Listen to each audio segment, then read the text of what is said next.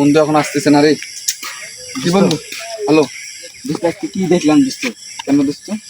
আজকে দেখলাম ওদিক ওই পার্কে ঋতুরে দেখলাম একটা পোলার লোক করতেছে। হ্যাঁ আর কি বলবি দোস্ত, তুই আমাকে এগুলা বলে আমাকে ইমোশনালটা বাড়াস না। না দোস্ত কারণ আমি এমনি যে কষ্টে আছি, কারণ এই ঋতুর জন্য আমি অনেক ব্যস্ত।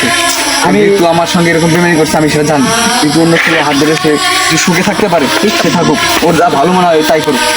আমি চাই না যে এগুলো নিয়ে আর কোনো নতুন কোনো কাহিনী হোক। ঋতুর যা ভালো মনে হয় সে করুক।